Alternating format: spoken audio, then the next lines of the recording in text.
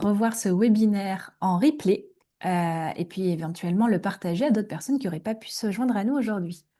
Donc, bienvenue à toutes et à tous. Nous sommes très, très, très heureux de vous accueillir dans ce webinaire qu'on a préparé avec nos intervenants et avec la CEC du monde académique qui co-organise ce webinaire. En fait, ce webinaire a suscité une inscription de plus de 140 personnes, ce qui reflète bien l'intérêt sur ce sujet de transition écologique dans le supérieur. On est à un moment charnière, cette année 2025, qui est une année de grands bouleversements. En cette rentrée 2025, pourquoi organiser ce webinaire? Eh bien, on voulait faire un bilan. C'est le bilan qu'on fait, et les démarches de réflexion qu'on a au sein de la Convention pour le monde académique. On a ces démarches de réflexion-là, de où est-ce qu'on en est qu'on cale, est-ce qu'on accélère depuis l'apparition du rapport Jouzel-Abadi en 2020, depuis le rapport du Shift Project Audencia il y a 3 ans. Et donc on se demande, il y a eu énormément de démarches qui ont été entamées dans l'enseignement supérieur. Qu'est-ce qu'il en est aujourd'hui? Quels sont les freins? Quels sont les leviers d'accélération? Comment aller beaucoup plus loin? C'est tout un tas de réflexions qu'on mène au sein du projet CEC du monde académique dont on vous parlera un petit peu après. En tout cas, on est en phase de lancement d'un collectif de décideurs qui se réunira sur l'année 2026. Et avec toutes ces réflexions, on avait envie voilà, de vous les soumettre et de partager avec vous d'avoir aussi un espace interactif, puisque vous allez voir, on va avoir 3 temps. On va avoir un des premiers temps où nos intervenants vont répondre à des questions sur trois étapes de questionnement. Et au sein de chaque temps, on va avoir des questions qui vont être posées à l'audience. De manière à ce que ce soit le plus interactif possible. Alors sur 1 heure, évidemment, c'est relativement descendant, mais nous, à la CEC, on aime bien aussi avoir une capture de quelles sont vos idées, quels sont vos enjeux, quelles sont vos difficultés en interne et aussi vos leviers en interne.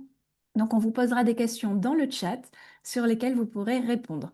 Et puis, le webinaire se terminera par une présentation de la CEC du monde académique et enfin, un temps de questions-réponses plus approfondi où cette fois-ci, c'est pas qui vous poserons les questions, mais vous aurez toute opportunité d'en poser à nos intervenants pour approfondir les sujets qu'on aura évoqués. Voilà, voilà, sur le déroulé, donc ça va être 1 heure, c'est relativement rapide et on va tenter d'être le plus efficace possible. Donc pour vous présenter sans plus attendre nos intervenants, nous avons Lucas Dadi, José Maillet et Kelvin Frisquet.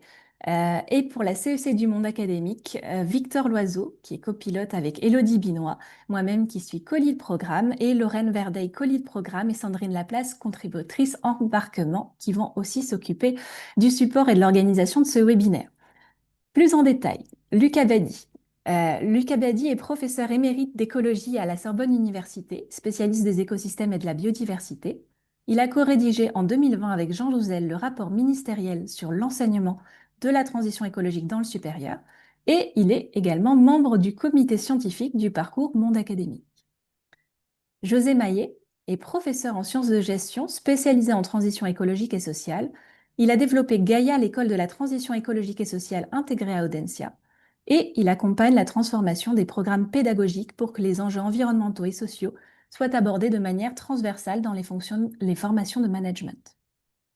Et enfin, Kelvin Frisquet, qui est chef de projet Climat Sub Business et Finance au Shift Project, think tank de la transition énergétique, et qui est co-auteur du rapport Climat Sub Business, Former les acteurs de l'économie de demain, qui a été publié en 2022 avec Audencia et qui propose une méthode opérationnelle pour intégrer les enjeux écologiques dans les formations en gestion. Donc merci à eux trois de s'être rendus disponibles et on a hâte de vous entendre. Donc si c'est clair pour tout le monde, on va démarrer. On a donc ces 3 temps de questionnement et ensuite un temps de questions-réponses sur la fin. Donc c'est parti. Un premier temps de questionnement, on va arrêter le partage d'écran, puisque là on a envie de voir nos intervenants réagir. Et donc pour démarrer la première partie, on avait envie de commencer par faire un bilan des 5 dernières années, 3 dernières années, tout ce qui s'est passé dans l'enseignement supérieur. Alors, en quelques minutes, évidemment, on avait envie de faire ce bilan sous un angle plutôt de célébration des avancées. Avant de regarder toute la montagne qui nous reste à gravir pour transformer l'enseignement supérieur et la recherche, où est-ce qu'on en est et de quoi on peut être fier en fait? Qu'est-ce qui vous a marqué, vous, chers intervenants, dans ces dernières années, sans nécessairement faire un bilan exhaustif? Qu'est-ce qui, pour vous, représente des grandes victoires à célébrer? On va commencer par Kelvin. Oui, merci Léna. Bonjour à toutes et à tous. Merci pour l'invitation. Cette question du bilan, elle est intéressante parce que finalement, elle pose un peu la question du thermomètre. Comment on mesure ces avancées? Et c'est vrai que dans le domaine de l'intégration des enjeux écologiques aux formations d'enseignement supérieur, c'est pas évident de mesurer ce qu'il en est. Donc, si on peut se référer finalement au rapport du Shift Project, le premier rapport du Shift Project qui date de 2019 sur mobiliser l'enseignement supérieur pour le climat, où il y avait une revue d'une trentaine d'établissements de différentes filières qui avaient été faites et où on avait établi que seuls 11% des formations abordaient les enjeux écologiques, les enjeux climat-énergie dans des cours obligatoires, avec des grandes disparités entre les différents types d'établissements, entre les différentes catégories d'enseignement. Là, je dis 11%, mais par exemple, pour les écoles de gestion, c'était 6%. Et puis, on a un deuxième point de mesure, c'est en 2022, la sortie du rapport Climat Subfinance du Shift Project, où là, le périmètre était beaucoup plus étroit, puisque là, ce qui était examiné, c'était seulement les formations en finance, mais par contre, où le travail était beaucoup plus exhaustif, puisqu'il y avait 1500 parcours de formation qui avaient été examinés. Et là, ce qui a été établi, c'est que seuls 5% des formations en finance intégraient les enjeux écologiques dans les formations. Donc, le point de départ, j'ai envie de dire, le conseil initial, c'est finalement que, à part dans des formations spécialisées dédiées aux enjeux écologiques, des formations à la RSE, par exemple, ou à la finance durable, les enjeux écologiques étaient peu, voire pas du tout, pris en compte dans les enseignements. Et évidemment, puisqu'on parle aujourd'hui d'avancées et de victoires, il y a eu beaucoup de choses qui se sont passées depuis. Je vais juste nommer un élément, c'est l'impulsion du ministère de l'enseignement supérieur, que le ministère a donné en juin 2023, à travers la sortie d'un schéma directeur des DRSE, un cadrage et des préconisations concernant l'intégration des enjeux écologiques aux formations, et rendre ça obligatoire pour les étudiants de premier cycle avec des implications sur la formation et la recherche, et ce qui a donné lieu à une formidable mobilisation des établissements. Merci beaucoup, Kelvin. Et Luc, qu'est-ce que tu en dis? Alors, je vais confirmer cette accélération, puisqu'effectivement, à un moment donné, il y a eu une grande ambition ministérielle hein, qui a été exprimée très clairement dans une lettre de mission qui a été adressée donc à Jean Jouzel. Et cette lettre de mission demandait de regarder finalement dans quelles conditions on pouvait former tous les étudiants à la transition écologique. Cette phrase est extrêmement ambitieuse. Former, ça veut dire que c'est pas quelque chose qu'on rajoute à un programme, c'est quelque chose qui rentre dans le programme, qui est diplômant, qui fait partie de ce que vous allez finalement obtenir comme diplôme. Le deuxième point, c'est une ambition sur tous les étudiants. C'est-à-dire que là, on est dans une approche où on se dit qu'on va donner une espèce de culture générale à tout le monde, de façon à ce que les futurs citoyens, quel que soit leur métier, puissent se positionner par rapport à cette question. Donc, que vous fassiez de la physique nucléaire ou de la philosophie, vous allez avoir une initiation à ça. Et puis, former à quoi? Former à la transition écologique. Ça, c'est extrêmement ambitieux. Ça veut dire d'être en mesure de réfléchir à toutes les modalités de développement aujourd'hui, social, économique, culturel, etc., qui permettent de retourner finalement à un état, on va dire, vivable de la planète, hein, puisqu'on sait qu'il y a beaucoup de difficultés sur le plan climatique et sur le plan de la biodiversité. Et donc, cette mission a été remplie par un groupe d'une vingtaine de personnes, donc sous la houlette de Jean Joseph, qui ont proposé des mesures concrètes. Et dans ces mesures concrètes qui donnent des résultats aujourd'hui que l'on voit, enfin, on voit tout le monde se mettre à travailler sur le sujet, il y avait cette idée de proposer dès le premier cycle, à partir de maintenant, là, de l'automne 2025, une formation à la transition écologique pour tous les étudiants. Et effectivement, ce qui est vraiment encourageant et enthousiasmant, c'est que la grande majorité des établissements se sont mis à travailler, ont préparé ça un petit peu en urgence, et aujourd'hui, à la louche, on va dire, à peu près 80% des établissements d'enseignement supérieur général, en tout cas, sont en mesure de démarrer ce processus de formation. Super. Ça, c'est très encourageant. Et José, qu'est-ce que tu as envie de nous dire aussi sur ce sujet, Ouais, bah, justement? d'abord, merci Léna pour une question optimiste. C'est assez agréable parce que sur les sujets de transition, c'est pas toujours le cas. Moi, je reviens à 2019, ce dont a parlé Kelvin. Moi, j'étais présent au Shift Project dans le premier rapport qui consistait à étudier un peu l'État, faire un état de l'art sur qui enseignait quoi, notamment dans l'enseignement supérieur en sciences de gestion. Et effectivement, on avait très très peu de choses sur les sujets de transition écologique et sociale, à peu près rien d'obligatoire. Et il y avait de fortes contraintes d'agenda qui faisaient dire qu'il était impossible d'ajouter des cours et donc de traiter de transition écologique et sociale ou d'autres choses que ce qui était enseigné comme les fondamentaux, notamment du management, du marketing, de la finance. Et puis finalement, ben, on a quand même tenté, à Audencia en particulier, on a créé Gaïa, et puis Gaïa, au sein de Gaïa, on a décidé en 2021 de créer un programme qui était dédié aux étudiants de Master 1. De manière optionnelle, ils pouvaient choisir un semestre entier de 240 heures en lien avec la transition écologique et sociale. Donc, on traitait les thématiques du management, de la gestion de la finance à la lumière des enjeux présents et futurs. Et on avait un point mort à 20 étudiants, on espérait donc arriver à cela, et on en a eu 200 qui ont postulé sur une promotion de 500 étudiants à horizon enfin, au mois de septembre 2022 au premier lancement. Donc, un an de préparation et puis rapidement on a vu que ça marchait très fort. Et ça, c'est pas rien, c'est-à-dire qu'on s'est aperçu qu'il y avait quand même une demande non pourvue et qu'il y avait bah, souvent une tendance à ignorer qu'un certain nombre d'étudiants sont déjà sensibilisés au sujet, veulent aller plus loin et cherchent, et on en reparlera peut-être un peu plus tard, des actions concrètes pour avancer sur les sujets de transition écologique et sociale dans leur métier futur. Donc finalement, je pense qu'en 2020, on était très loin d'imaginer ça, et c'est une très bonne nouvelle de voir que finalement les étudiants, quand on leur propose des contenus en cohérence avec leur parcours, eh ben, ils s'engagent de manière assez massive dans ces filières-là. Donc ça laisse beaucoup d'espoir, je pense. Merci beaucoup. Et c'est chouette, en effet, de commencer sur cette note-là d'espoir avant de commencer à observer toute la montagne qui nous reste à gravir. On avait envie aussi de vous poser la question à vous, chère audience, de quels sont justement on va vous poser la question dans le chat, vous voyez, Lorraine vient de la publier. Quelles sont justement ces premières victoires en ce qui concerne la transition écologique dans le supérieur? Qu'est-ce qui, pour vous, a représenté une avancée majeure? Peut-être ce qui a déjà été cité, si vous voulez le renforcer, ou peut-être des nouveaux avis, des nouvelles démarches donc qu'on n'aurait pas encore cité, histoire de voir la pluralité des choses qu'on a envie de célébrer à ce stade. On vous laisse le temps de répondre dans le chat, du coup.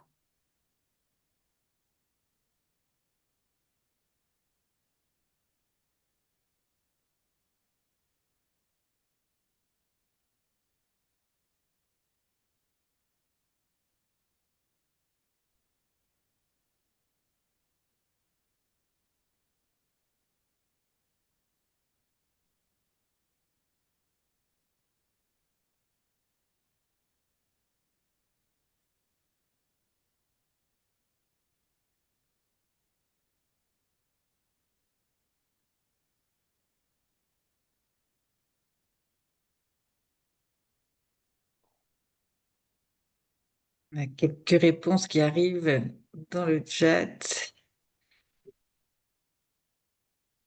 La certification TASC depuis 3 ans, les nouvelles formations et des écoles spécialisées sur les enjeux, le fait que ça devienne obligatoire pour tous, la biodiversité, beaucoup d'exemples.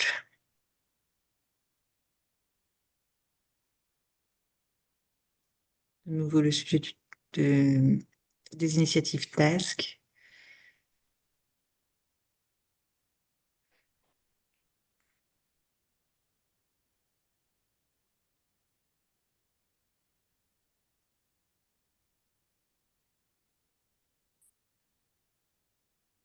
Les étudiants qui ont envie de s'engager, comme disait José.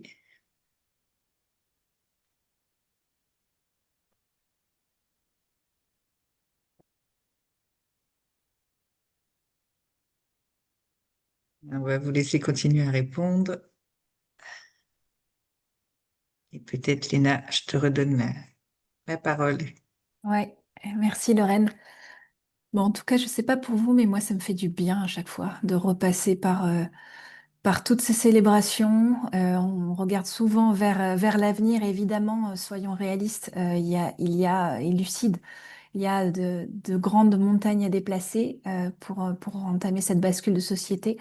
Mais voilà, le fait de mentionner et de prendre le temps dans une démarche de bilan, de se dire qu'est-ce qu'on a réussi jusqu'à présent ou qu'est-ce qui est sur la bonne voie, ça fait beaucoup de bien. Et je vous propose de juste prendre là, dans tout ce qui est partagé, un temps de grande inspiration, une bonne respiration, inspiration, expiration, pour juste se poser avant de repartir armé de toutes ces premières victoires pour la suite, les questionnements sur la suite.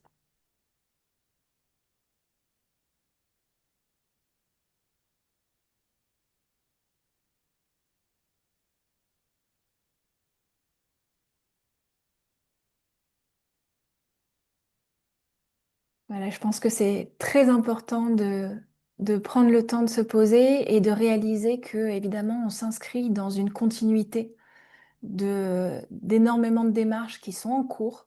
Et c'est vraiment notre ambition avec la CEC du monde académique, de ne pas réinventer la roue et de partir de l'existant pour pouvoir se poser la question de comment aller plus loin. Et justement, on va entamer cette deuxième partie, deuxième étape de questionnement, où j'ai envie de vous demander, chers intervenants, euh, quelles sont les principales difficultés et les principaux freins rencontrés jusqu'à présent pour aller plus loin dans cette transformation écologique du supérieur.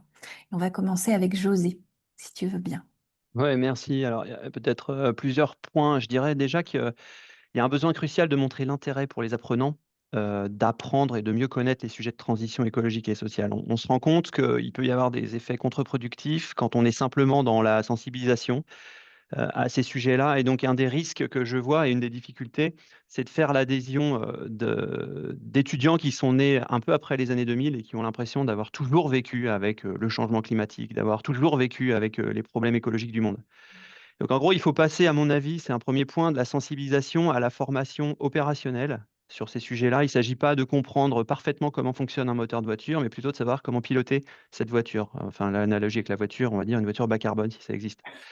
Donc, et ce qu'il faut, c'est faire en sorte que l'enseignement de la transition écologique et sociale soit vraiment en capacité d'accompagner les apprenants. Et quand je parle apprenants, c'est au sens large, hein. On peut aussi imaginer la formation continue, c'est-à-dire des apprenants qui sont déjà dans le monde de l'entreprise, accompagner ces apprenants dans leur métier, dans leur filière, travailler sur des investissements qui sont décarbonés, comprendre aussi l'impact des stratégies financières qui sont adoptées, comprendre certains modèles d'affaires qui sont peut-être soutenables à grande échelle ou au moins à la taille de leur entreprise.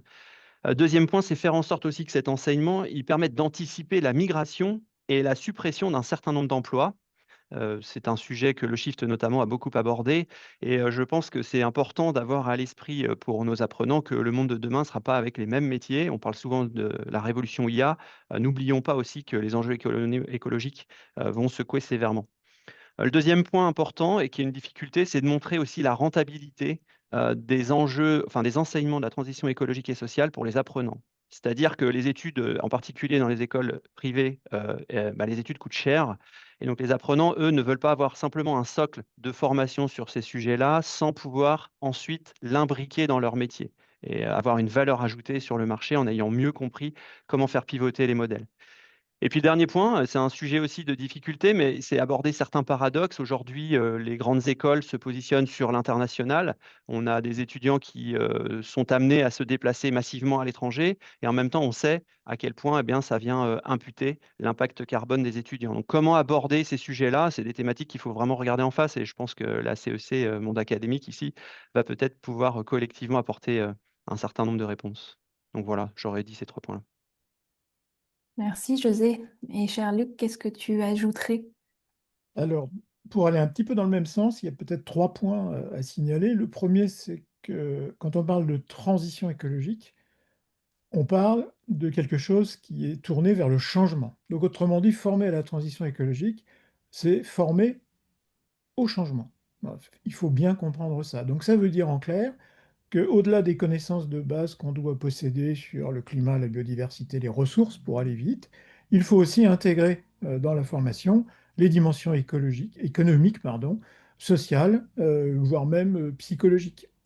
C'est vraiment en associant ces disciplines qu'on peut se mettre en situation de commencer à réfléchir à un changement de société, c'est bien ça qui est à l'ordre du jour.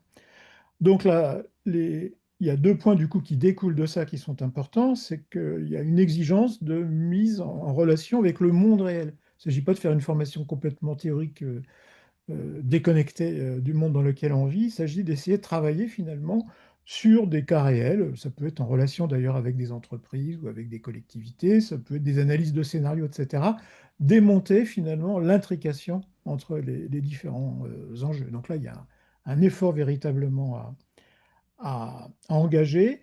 Et puis évidemment, l'autre point d'amélioration, mais qui était d'ailleurs qui est prévu dans les propositions ministérielles, c'est d'intégrer cette formation à la transition écologique aux formations disciplinaires classiques, qu'elles soient sur la finance, comme on l'a dit, sur l'économie ou sur la biologie moléculaire. Donc aujourd'hui, le travail qui reste à faire, c'est de voir comment, quand on fait de la physique ou encore une fois ou de l'histoire, on peut intégrer de façon pertinente cette dimension transition écologique pour bien montrer que finalement tout le monde a quelque chose à dire et tout le monde a potentiellement à agir pour aller vers cette transition. Donc en clair, ça veut dire maintenant comment on modifie un peu les programmes de master, voire de doctorat, pour intégrer cette dimension. Merci. Et Kelvin, qu'est-ce que tu as pu observer comme frein à plus grande échelle? Bah, c'est intéressant ce que viennent de dire José et Luc. Je vais rebondir sur le dernier point de Luc. Quand on dit effectivement intégrer, il y a une chose qui est essentielle, c'est qu'en fait, ce qu'on a constaté, c'est que la majorité des enseignants n'ont reçu que peu de formations structurées sur la transition. Je parle bien des enseignants, hein. Donc, ça peut être la fraise du climat ou équivalente ou d'autres formations. Tout ça, c'est utile, mais ça suffit pas nécessairement à transformer ou à outiller, je dirais, les enseignants-chercheurs pour transformer les maquettes, transformer les cours de manière fondamentale. Le Shift Project, lui, préconise 48 heures de formation pour les enseignants, pour qu'ils soient bien outillés, parce que comme l'a dit Luc, il ne s'agit pas, et comme l'a souligné également José, il ne s'agit pas de rajouter quelques éléments dans un programme ou dans un cours, mais il s'agit vraiment d'un travail d'intégration, d'un travail disciplinaire et interdisciplinaire, comme l'a souligné Luc également. Et ça prend les connaissances pour le faire. Alors, nul doute que l'enseignant-chercheur est spécialiste de son domaine, mais de pouvoir prendre en compte ou prendre la mesure des implications des limites planétaires finalement sur sa discipline, c'est quelque chose qui est un travail important et qui demande d'être bien formé sur qu'est-ce que signifient ces limites planétaires. Autrement dit, est-ce qu'aujourd'hui, on peut continuer d'enseigner le marketing, la finance ou d'autres disciplines dans un monde dont on a maintenant conscience des limites physiques, comme on le faisait avant, alors qu'on n'avait pas conscience de ces limites physiques, ou en tout cas qu'on ne les prenait pas en compte. Et ça, c'est une question qui est assez fondamentale et qui demande d'avoir des enseignants qui sont bien outillés sur ces questions de transition écologique et sociale pour qu'ils puissent prendre la mesure et les implications de cette transition sur leurs enseignements. Et puis l'autre point que mentionnait Luc, c'est effectivement l'intégration, ce travail disciplinaire, ce travail interdisciplinaire. Ça demande du temps pour les enseignants et pour ça, ils doivent être encouragés au niveau de l'établissement. Dans l'étude qu'on avait faite sur ClimatSup Business, on avait fait un sondage auprès des enseignants de l'enseignement supérieur. Et dans le fond, on avait 53% des répondants qui déclaraient avoir besoin de temps pour intégrer davantage les enjeux écologiques à leur cours. Ce n'est pas nécessairement une question d'envie, de besoin. Je pense que tous les enseignants, ou la plupart, sont au courant et de l'importance, ont envie, et encore plus aujourd'hui, mais ils ont besoin de temps, ils ont besoin de formation. 43% d'entre eux déclaraient avoir besoin de formation et 42% d'entre eux déclaraient avoir besoin d'échanges avec leurs pairs. Donc tout ça, ça a besoin d'être organisé, ça a besoin d'être structuré. Or aujourd'hui, on a beaucoup d'établissements qui sont encore dans une logique un peu d'initiative dispersée, où on va avoir un module de cours d'un côté, une spécialisation de l'autre, sans vraiment cohérence d'ensemble des connaissances enseignées liées à ces enjeux à travers le parcours de l'étudiant, ce qui peut mener à des problèmes de redondance, à des problèmes de lassitude des étudiants qui sont exposés toujours aux mêmes niveau de sensibilisation, etc., etc. Donc, tout ça, c'est des leviers qui sont importants ou des freins qui sont à lever. La formation, le temps donné aux enseignants, le support de par l'établissement vis-à-vis de ses enseignants. Et donc une impulsion claire au niveau de la direction, et soit de la direction, soit de la présidence de l'établissement pour que, ces initiatives qui, peuvent être individuelles ne s'essoufflent pas et qu'elles soient vraiment encouragées, et soutenues, par une politique et par une stratégie d'établissement. Ça fait impulsion claire de la direction, c'est un enjeu sur lequel on travaille particulièrement en plus à la CEC du monde académique. Et merci d'avoir cité tous ces freins qui sont souvent des freins qu'on retrouve dans beaucoup d'établissements assez similaires. On a des freins internes, des freins plus sectoriels, systémiques. Et on avait envie de vous demander à nouveau dans le chat, quels sont les vôtres? Quels sont vos freins, des difficultés que vous rencontrez à nouveau, soit pour accentuer ce qui vient d'être dit par nos trois intervenants, ou pour rajouter d'autres leviers, d'autres freins qui n'auraient pas encore été cités? On est curieux de voir ce que vous avez à nous mentionner comme frein.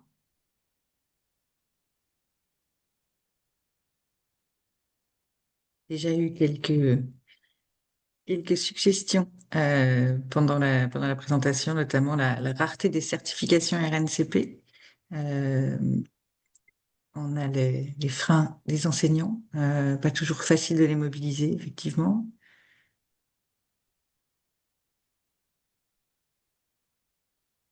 On se retrouve bien dans ce qui a été dit là. L'articulation de l'enseignement dans un programme très rédigé, qui est compliqué. Le manque de réglementaire. De nouveau, le sujet de la disponibilité des enseignants. Le manque de débouchés. Comment on arbitre entre un sujet et l'autre. La résistance au changement. Voilà, je vous laisse lire la suite et je te laisse reprendre la main, Léna. Merci beaucoup pour vos partages, c'est riche et ça nous permet de bâtir sur ces partages pour aller plus loin dans notre analyse, en tout cas de construction de cette convention du monde académique. Et on avait envie de savoir quels étaient justement les leviers d'action par rapport à ces freins. Qu'est-ce qui vous semble prioritaire en termes de démarches à développer ou qui sont déjà là ou à initier dans les prochains mois, les prochaines années? On va commencer par Luc. Oui, alors on l'a déjà évoqué, mais c'est absolument fondamental. Décider de former à la transition écologique tous les étudiants, c'est une décision politique au sens premier du terme. C'est-à-dire que ça correspond à une vision de l'état du monde et donc une proposition d'action pour résoudre les problèmes. Donc si on n'a pas effectivement à haut niveau, donc le haut niveau, ça part du ministère, mais c'est également les directions d'établissements, etc., convaincus de la nécessité de cette formation, au même titre qu'on a été convaincus autrefois qu'il fallait former les gens au numérique, aujourd'hui à l'IA, autrefois aux langues, etc., eh bien évidemment, ça va sérieusement freiner. Donc il y a ce problème-là, et finalement, ça renvoie à quoi? Ben, encore un problème de formation, c'est-à-dire qu'au-delà de la formation des enseignants, c'est vraiment important d'avoir une formation des cadres dirigeants, de la politique d'enseignement supérieur et évidemment des établissements. Et donc là, clairement là-dessus, le CEC Monde Académique a un travail à mener qui pourrait être vraiment productif. Le deuxième point, c'est revenir un petit peu sur cette idée de compétence. Beaucoup d'enseignants le signalent, ils se disent: «Ah mais moi je ne suis pas tout à fait légitime, pas tout à fait compétent». La solution, encore une fois, c'est la pluridisciplinarité. C'est-à-dire qu'effectivement, l'idée que quelqu'un puisse devenir spécialiste de la transition écologique, c'est un petit peu compliqué. Peut-être qu'il faut arriver à mettre de la souplesse dans les organisations administratives pour qu'on puisse concevoir des cours à plusieurs. Faire des intervenants finalement formés à la transition écologique, ça ne devrait pas être une personne qui assure ça, mais peut-être plusieurs qui ont réussi à se coordonner et à surmonter les difficultés administratives pour se mettre en commun. Un autre point qui me paraît très important, qui était signalé dans le rapport Jouzel, c'est l'engagement étudiant. On l'a dit tout à l'heure, former à la transition, c'est former au changement. Or, quand vous êtes dans un syndicat étudiant, dans une ONG d'environnement humanitaire ou culturel, finalement, vous apprenez quoi? Ben, vous apprenez à monter des projets, vous apprenez à pratiquer les compromis, etc. Bref, c'est vraiment une formation à l'action.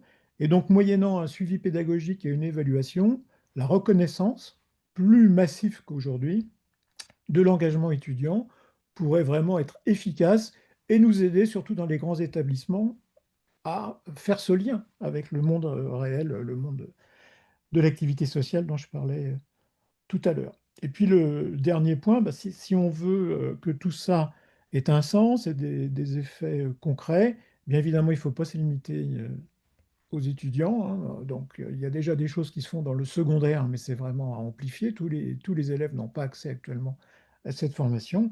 Il y a la formation, évidemment, de tout ce qui est fonction publique. Donc là, il y a des choses qui se mettent en route, hein. Il va y avoir un programme de formation de type socle pour tous les fonctionnaires, hein, pour les 2,5 millions de fonctionnaires d'État. Il y a déjà eu des choses qui ont été engagées pour les cadres supérieurs.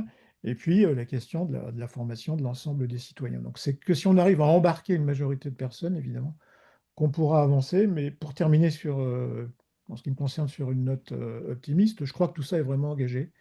Et quelles que soient les difficultés qu'on perçoit bien aujourd'hui, c'est à mon avis totalement irréversible. Voilà. Parce que les efforts qui ont été accomplis sont tellement énormes que je ne vois pas comment on peut revenir en arrière. Continuons sur cette lancée. T'as fait Kelvin? Oui, bah, je suis totalement en phase avec ce que vient d'être dit Luc, hein. On est bien raccord tous les deux. En ce qui concerne les rapports José Labadie, les rapports climat-business, c'est clair que ça part du haut. Donc, l'impulsion du ministère, elle est essentielle, mais au niveau de la direction, de la gouvernance de l'établissement, en fait, il y a 4 axes pour moi qui sont prioritaires. Le premier, c'est une orientation stratégique qui est claire au niveau de la direction et des gouvernances. La deuxième, c'est une formation et un accompagnement des enseignants qui sont quand même au cœur de cette transformation. La troisième, c'est d'avoir une révision en profondeur des maquettes et des compétences autour de cette transition, de façon à ce que ce ne soit pas un saupoudrage, mais vraiment réfléchi, pensé dans un parcours pédagogique, un parcours qui ne repose pas que sur des cours, qui peut aussi reposer sur des expériences étudiantes, comme Luc l'a mentionné, par exemple au niveau des associations. Et puis le quatrième, à ne pas négliger quand même, et qui est plus ou moins important en fonction des types d'établissements, mais il y a tout un tas d'incitations externes, de contraintes qui pèsent sur les établissements et qui ne sont pas nécessairement à leurs mains, des accréditations, des classements, les entreprises qui jouent sur cet écosystème. Donc si je reviens rapidement sur chacun de ces termes-là, le premier, je ne vais pas développer, mais c'est vrai que quand on regarde les établissements qui font des belles choses et des grandes choses à ce niveau-là, c'est des établissements où la direction est totalement embarquée sur ces sujets-là, et le sujet de la formation de ces équipes de direction, de ces présidences, de ces cadres, il est clairement adressé au niveau du rapport du Shift, où, comme je disais tout à l'heure, hein, on recommande 10 heures de formation minimale pour les conseils d'administration, les directions, les présidences d'établissements, pour qu'elles soient vraiment conscientes des enjeux et qu'elles puissent impulser ce qu'il faut au niveau de leur établissement. Le deuxième point concernant la formation et le fait d'outiller les enseignants et les équipes pédagogiques, eh bien, c'est déployer des parcours structurés de montée en compétences, pas juste des fresques, hein, au-delà de la simple sensibilisation pour tous les enseignants. C'est de soutenir des communautés de pratique par discipline, pour adapter les contenus, partager des cas, partager des méthodes, construire une culture commune. C'est aussi valoriser ce travail parce que, comme je l'ai dit tout à l'heure, les enseignants, ils n'ont pas beaucoup de temps, ils ont des contraintes aussi qui pèsent sur eux de publication dans un certain nombre de revues, de cours, etc., etc. Donc, aujourd'hui, dans la course d'un certain nombre d'établissements aux accréditations, il faut que des professeurs publient, il faut dans un type de revue, etc., etc. Donc tout ça, ça crée des contraintes qui font en sorte que même avec la meilleure volonté du monde, un enseignant, il n'a pas un écosystème, n'a pas nécessairement un écosystème autour de lui qui le pousse, qui l'encourage ou qui le soutient, en tout cas dans son engagement à ce niveau-là. Donc c'est pour ça que c'est important de valoriser ce travail au niveau des établissements. Donc ça, c'était le deuxième point. Le troisième point sur repenser les maquettes, bah, je pense que j'en ai parlé un petit peu. L'idée, c'est de cartographier les maquettes pour identifier les trous dans la raquette.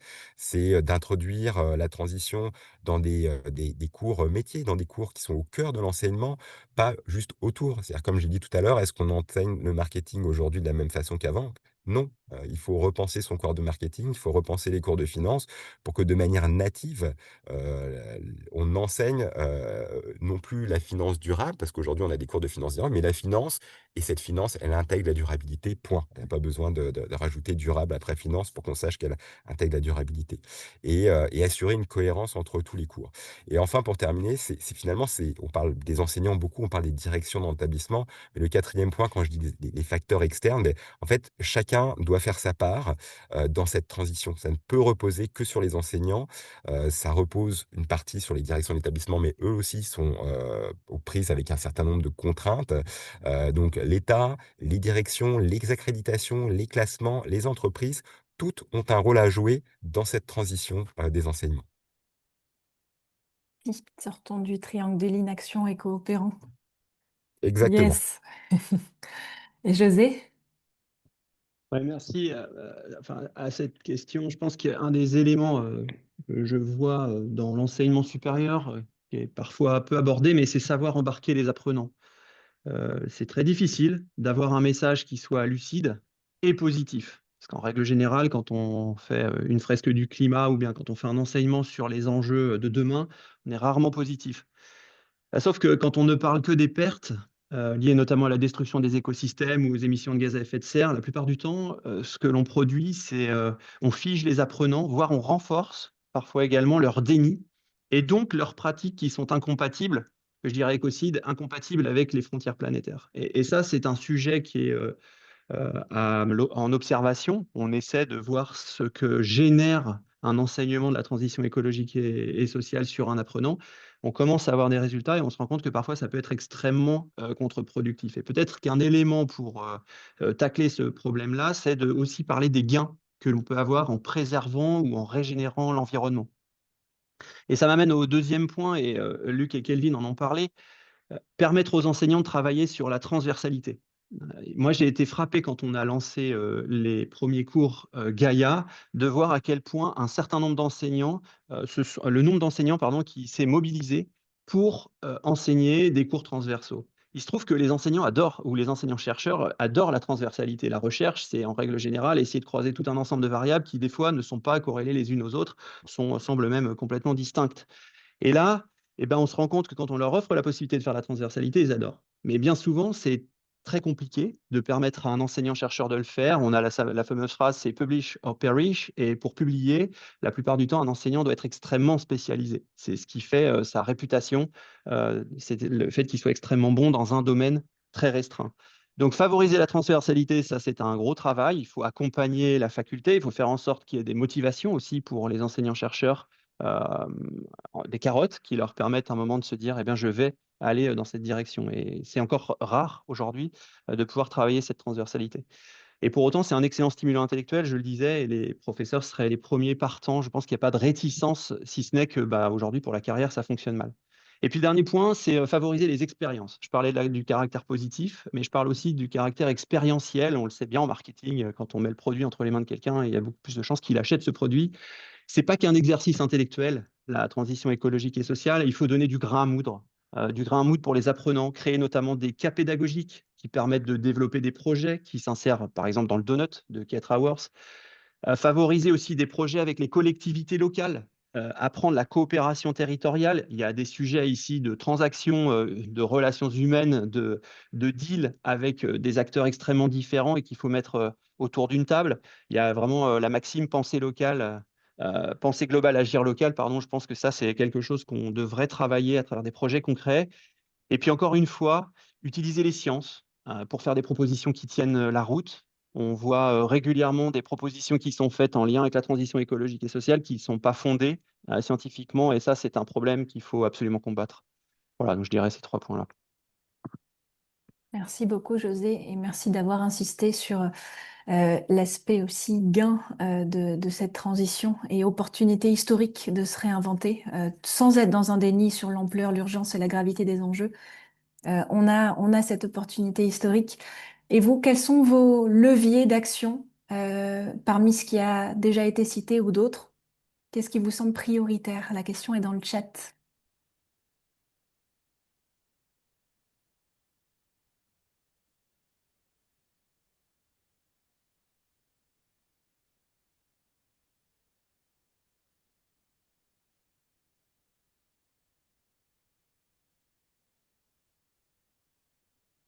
Peut-être en attendant que les réponses s'affichent, Léna, si tu veux nous annoncer la suite.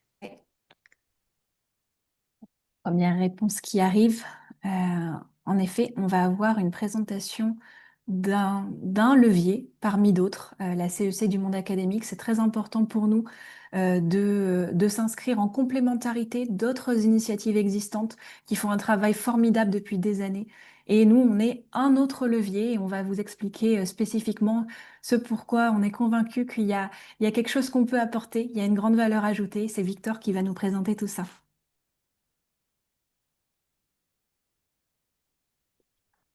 Donc, je vois que ça réagit dans le chat.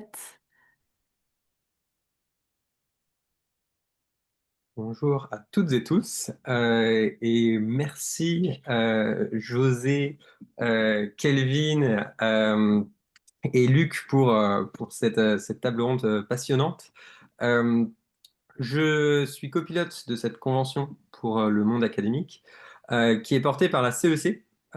Pour ceux qui ne sauraient pas ce que c'est la CEC, nous sommes une association d'intérêt général qui s'est spécialisée dans l'organisation de parcours de transformation pour dirigeants, de conventions, avec un haut niveau d'ambition, parce qu'on organise des conventions qui visent à accompagner les dirigeants à repenser leur modèle économique, leur modèle organisationnel, dans le cadre des limites planétaires.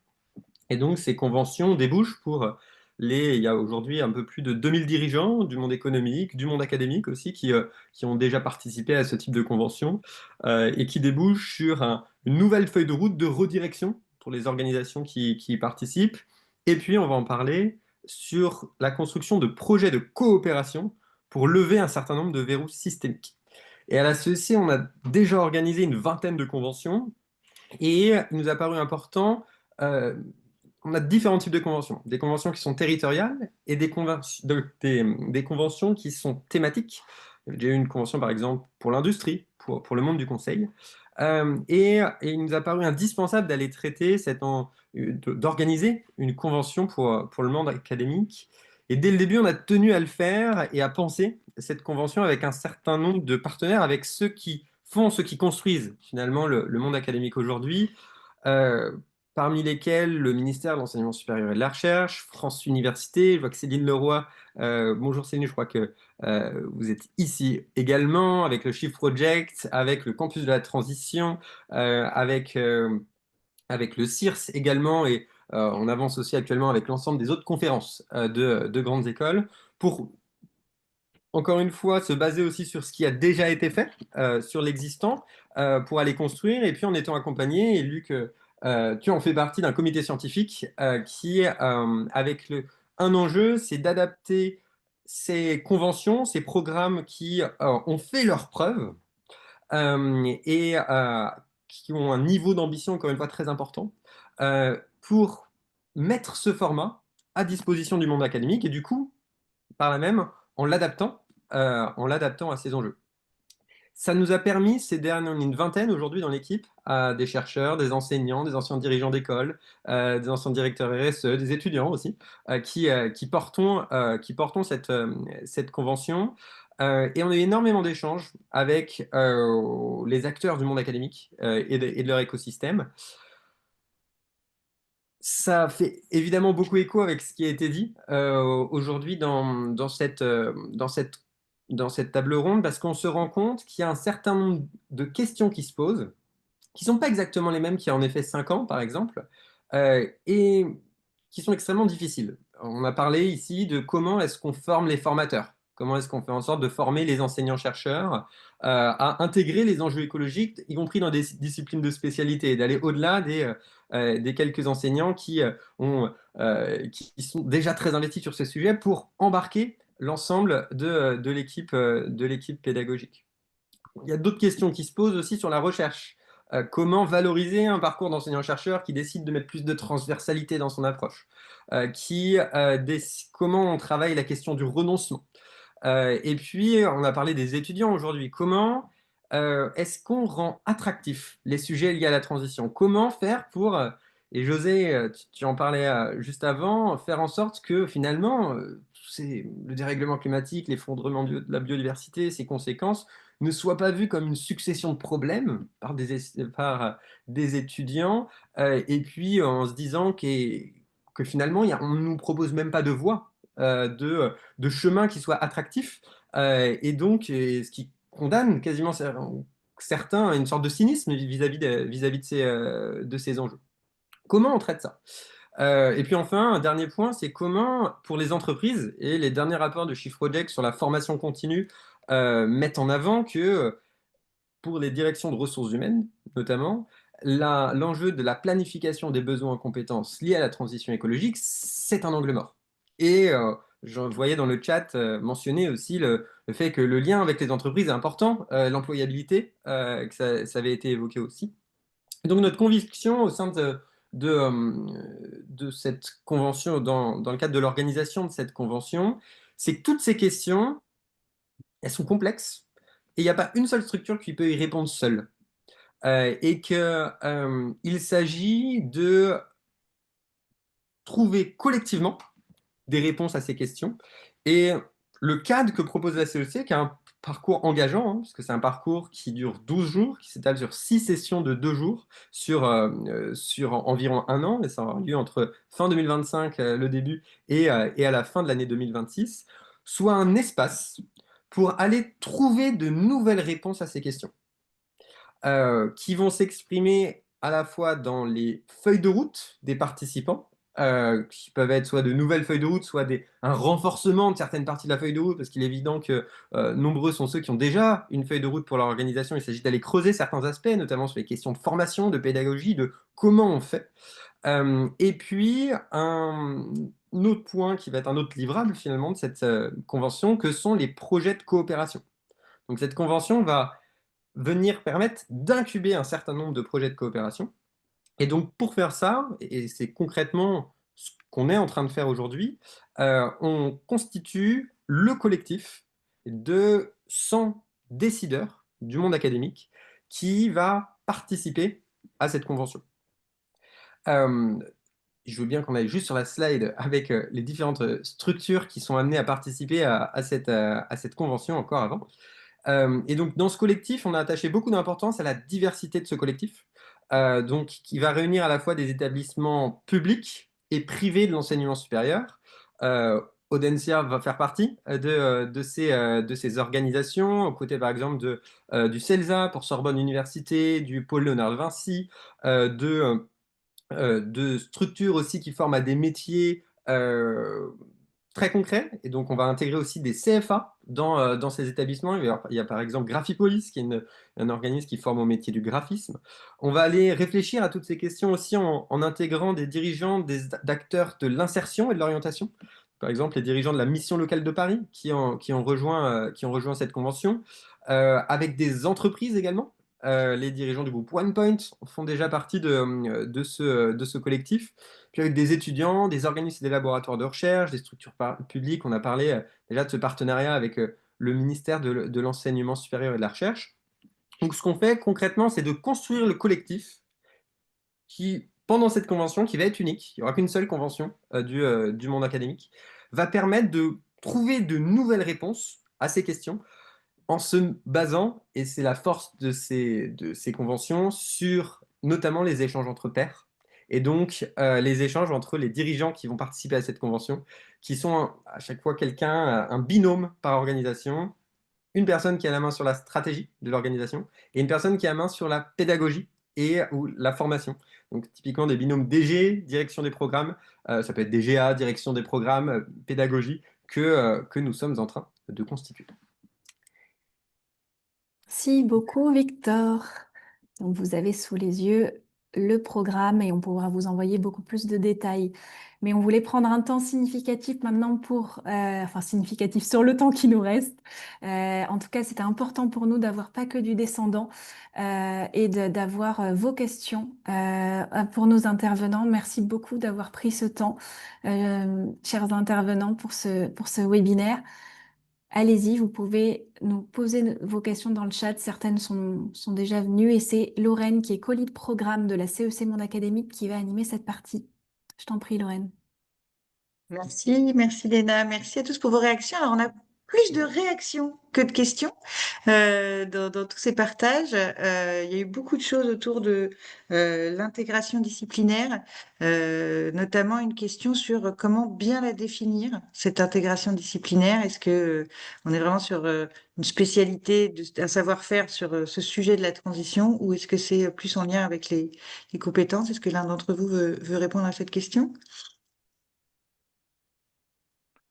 Bah, je peux tenter un début. L'intégration disciplinaire, pour moi, ça veut dire qu'on se met en situation de montrer que ma discipline, aussi étroite soit-elle, peut apporter une contribution significative à la résolution des problèmes environnementaux, à condition de se connecter à d'autres logiques et donc d'essayer de raisonner un peu autour de la complexité. C'est-à-dire, au fond, à la fois utiliser la force d'une compétence focalisée, parce qu'aujourd'hui, il faut agir sur les différents morceaux du monde, on va dire. Donc on a besoin d'être spécialisé, mais en même temps, on a besoin de montrer comment tout ça est relié à d'autres logiques. C'est un peu ça le défi finalement. C'est d'être à la fois spécialisé et suffisamment armé pour aborder la complexité autour.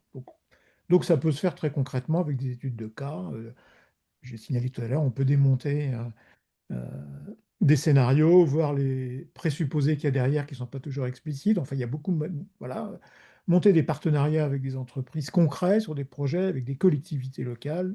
Tout ça permet de montrer que ma discipline, ma spécialité, finalement, a beaucoup à apporter à la résolution des problèmes complexes. Peut-être Merci Luc. pour Oui, José. Alors c'est Kelvin, mais c'est pas Ah, grave. pardon. Oui, pour compléter le point de Luc, j'ai accompagné un établissement sur ces sujets-là, et en fait, euh, très concrètement, c'est de se poser la question, en quoi ma discipline impacte positivement ou négativement? Parce que Luc mentionnait une contribution positive d'une discipline à la transition écologique, mais c'est aussi de se poser la question dans quelle mesure ma discipline elle peut avoir un impact négatif sur cette transition écologique, et dans quelle mesure elle va aussi être impactée parce que, comme le disait très justement José, les métiers de demain ne seront pas les métiers d'aujourd'hui. Ça va avoir un impact massif sur les emplois et les compétences. Donc, c'est de se prendre un temps, je dirais, entre eux, au sein d'un département, avec ses collègues, pour se poser ces questions-là. En quoi ma discipline aujourd'hui et demain, elle contribue positivement ou négativement, et en quoi elle va être impactée par cette transition écologique, et d'en tirer les conséquences au niveau des enseignements. Cesser d'enseigner ce qui va avoir un impact négatif, ou en tout cas l'enseigner peut-être différemment, et renforcer ce qui peut avoir un impact positif, et prendre en compte ces éléments-là.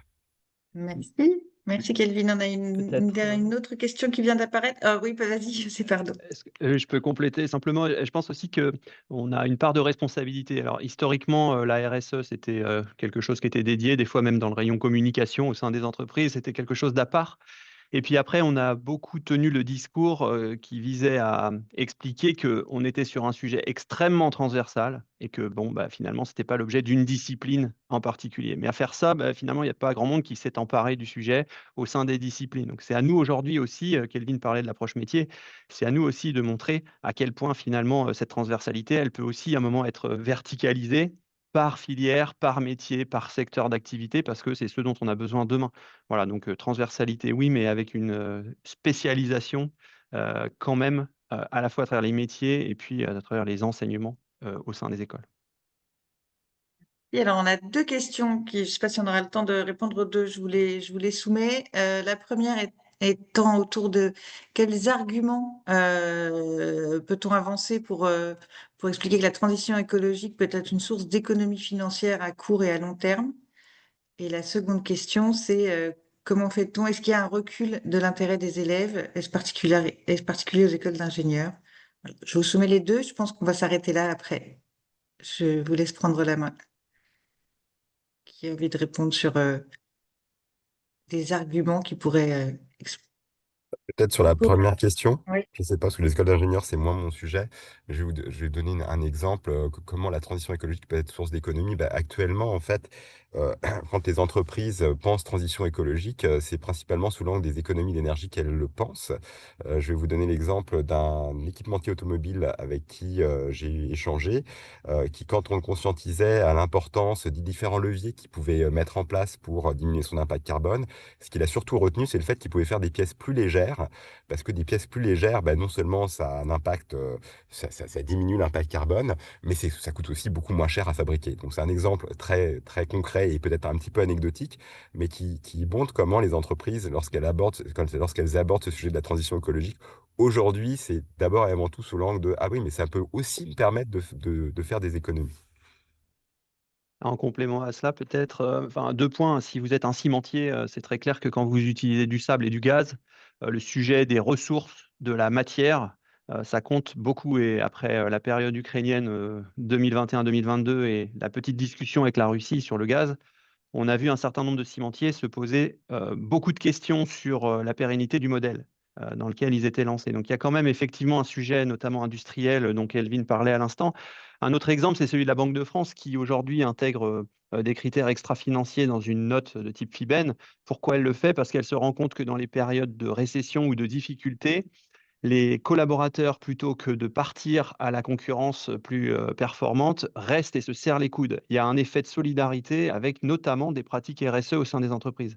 Donc on peut voir, ce genre de pratiques, comme, des arguments en faveur, de plus de coopération, de plus d'intégration des enjeux de ressources, de matières.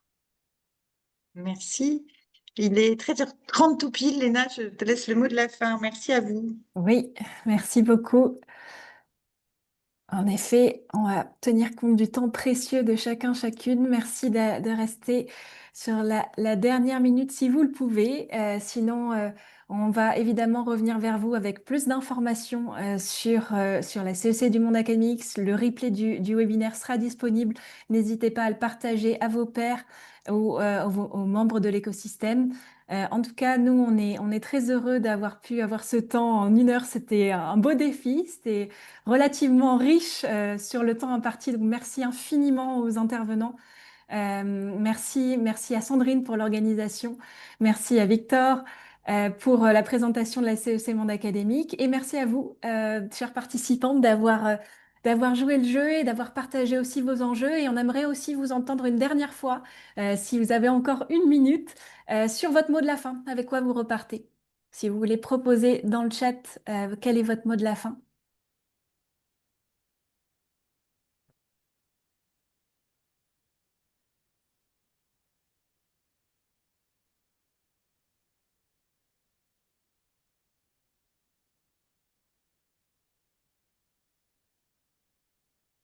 Merci pour ces partages qui font chaud au cœur.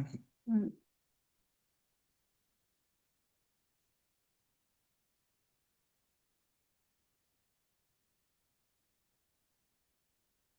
Bon, ben, en tout cas, merci tout le monde. Merci pour ces retours et hâte de vous revoir dans l'écosystème CEC ou autre. À très bientôt. Merci à tous.